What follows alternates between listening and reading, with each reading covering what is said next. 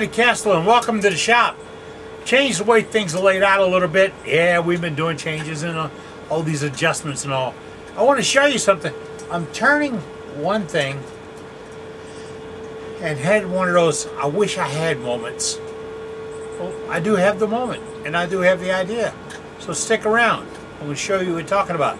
All you got to do, you know the deal, you got to watch.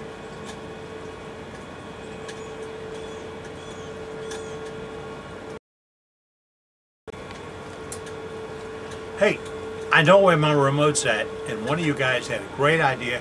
Why don't I sew it to my arm? My wife thought I should super glue it to my chest. It's management for you.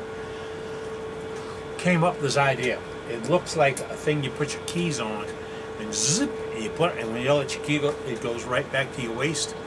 Yeah, well, it can't find my waist, but I'm going to pick one up like that at the dollar store. That's where I saw them the other day. And I'm going to glue that on the back of this little remote, and that way it's right back where it's supposed to be. Nifty, and I appreciate the idea.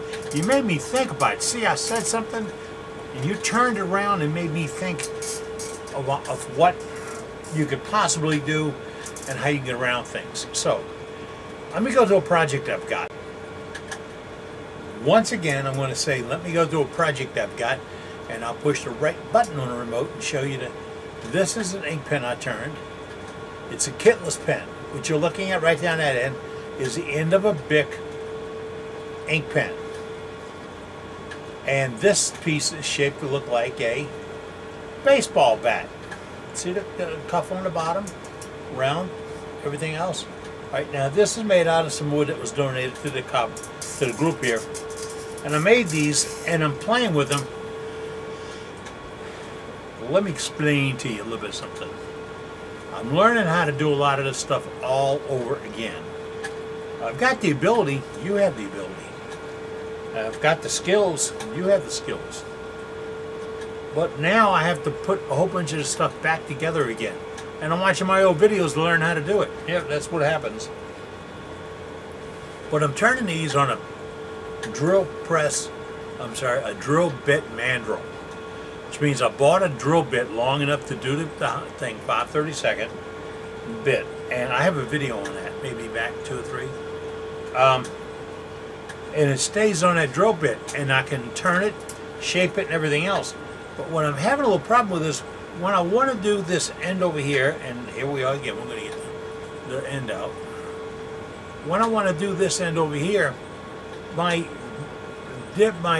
point is right there from my rotating my live center. I want to fix that to where I can cut without cutting the live center. So I got to thinking about it today, and I came up, if I only had a soft touch to fit on my revolving center that would just touch it, and after I get it shaped, before I pull that off, I'll roll this up, put it in place. And that way when I go into, and you got to see this, and Gustavo, my cameraman, is not here today, so we're doing this at home. The soft touch would bump there, right there. See the light? All right? And hold it and keep it from vibrating. And that's all I need.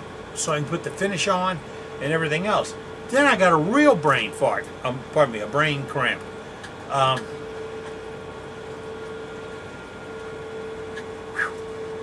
What if I had one that had a little dimple in it right here?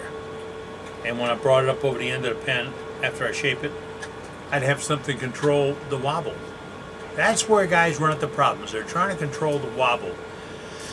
If you pull the wood to get away from the wobble, it will always be there. You can't, the wobble is coming from how it was drilled through the stick. So, what I'm going to do in a few minutes is rig up the thing here, blow some real fine shavings I got all over the place, blow them out the way, and show you how to make the soft touch and give you some options on it.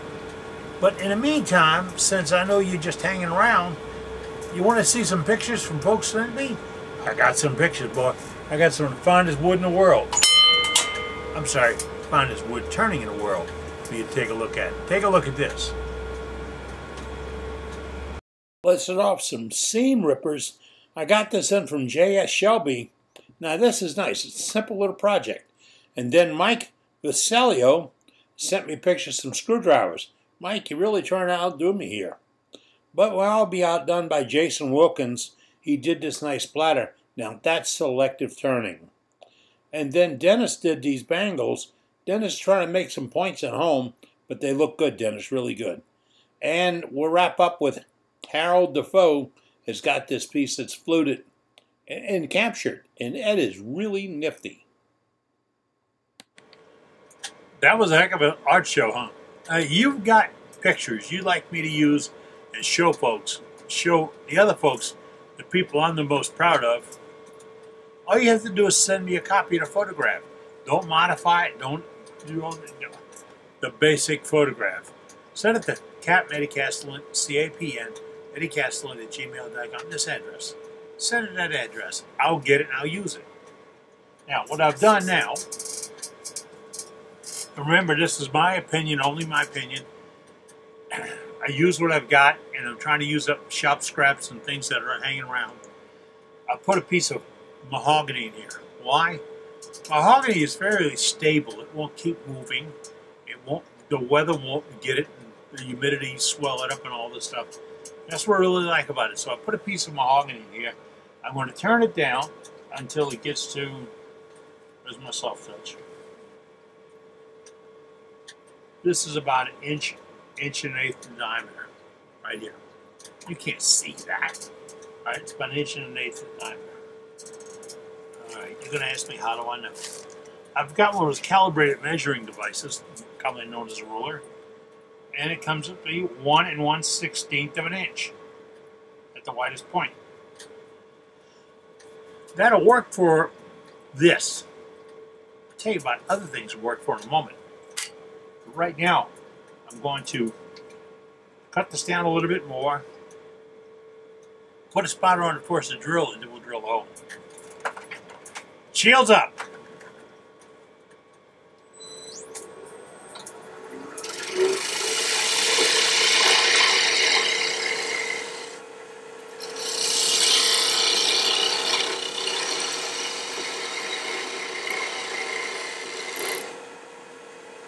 By the way, this is an awesome way to practice with your skew.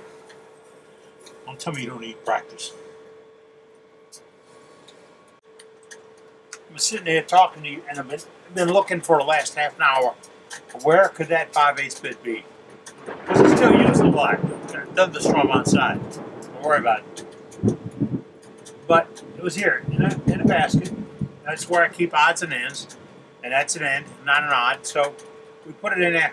Now we're going to use the drill to do the cut and the boring. And I want to be about, I'm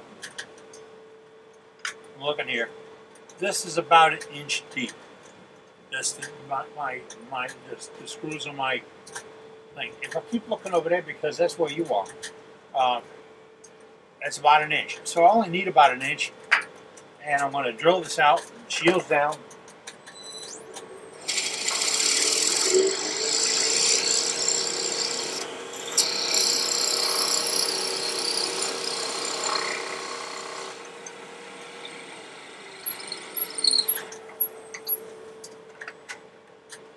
You know, once you get set to do this, do a half a dozen or so in each step, or keep all your stuff handy.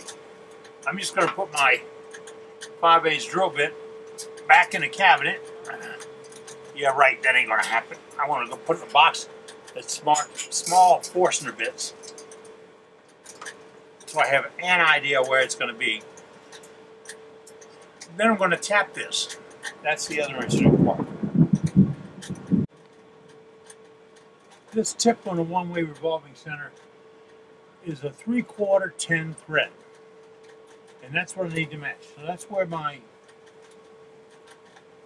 inside thread on my soft touch is going to be from. The soft touch is a patented name, and I'd rather you only refer to it as any soft touch. It's real easy to make. I got a 3/4 10 tap, I used to be able to get these at the hardware store down at the corner, the Ace Hardware. But I went to get some for Ronnie the other day, one of my turn buddies, and we couldn't find them. So I went to Amazon.com, 3/4 by 10, tap, $10.30, shipped. You wonder what happened to the hardware business? That's what happened to the hardware business. They can't afford to keep the inventory in, so you don't get it. Now, I put the tap in, and I brought my center up to touch it, because there's a, I know you machinists are going to call me or write me and tell me what this is, but there's a point there. You see that hollow spot? That's a point that's in the tap for centering. I'm going to put my live center on that point, and then I'm going to bring it up and touch the wood. Now, it's real important that you know how to do this, and you only touch it with both hands. I'm messing with you, okay? My wife says I'm crazy. If some guy's coming here with a white jacket and take me away, send me something. I don't know. But all right, I have the tap now making contact. Rain's coming, so I'm going to start moving on this. I'm going to turn that wheel by hand and engage it a little bit. Turn it by hand, engage it a little bit.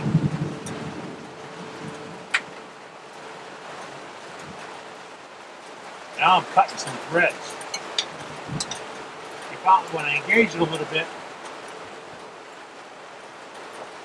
I'm using my hand stock here. Now, if you want to lock the headset down, all right, get more control. You put the adjustable, this is a metric pressure wrench now. Put this on there, and you can control it right when you get going. Push it in, don't tear the threads up. Let it engage. And see, I'm going to go a little bit of push on the wheel and a little bit of push on the wrench. And I want to tap right down into this piece. This means good, clean taps, threads.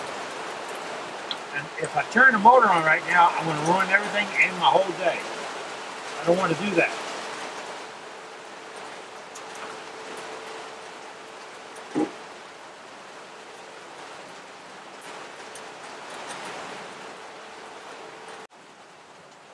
Here's a quick tip for you. I locked my spindle to do that tapping, and it really came out nice. I got good threads. I backed my tap out. And don't forget those are sharp edges. You can put tape on or whatever to keep it, but if you're doing it with your fingers and you get caught up, you'll end up with a funny set of fingerprints. The DFI will never find you. All right, I've got it all cleaned out. The smart move would be to take my super thin super glue and treat the inside of this hole and let it cure. And then run the tap in and out again. Let it cure. If you don't, you won't get it back off. Okay? Okay, I moved the camera so you can see. The hole's done, the threads are in it. I'm bringing up the tailstock. Now this is, remember, this does not go into power. I'm going to roll it in, then lock my headstock into place, and then roll it on slowly. It'll suck it up and get right tight.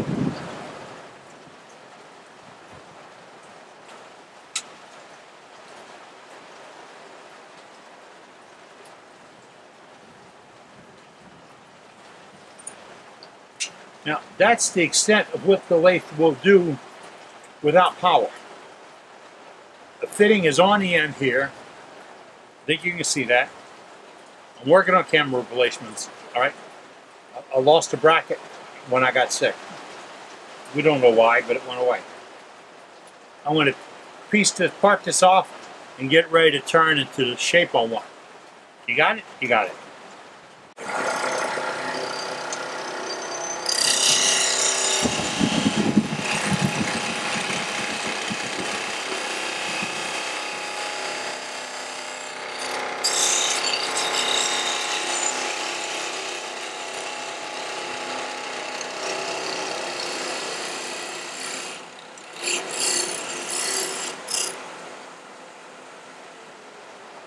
That's it.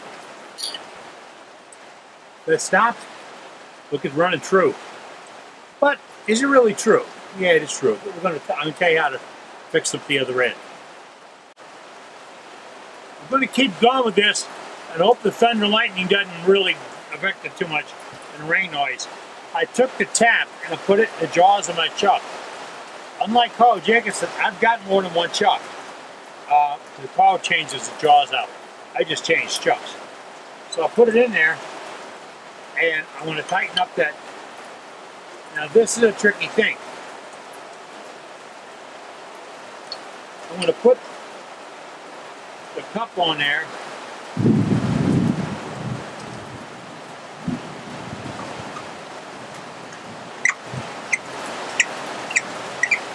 And it's going to bottom out. It's going to hold it and let it run very true. Now, a couple options here. What I want to do, I'm going to knock this outside down to be smooth. Then I can point it a little bit and I can put that cup in if I like.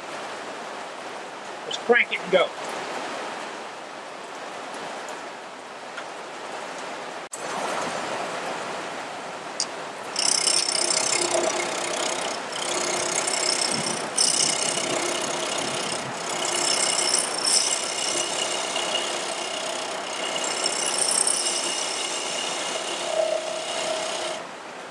Now be gentle, okay? No horsing around.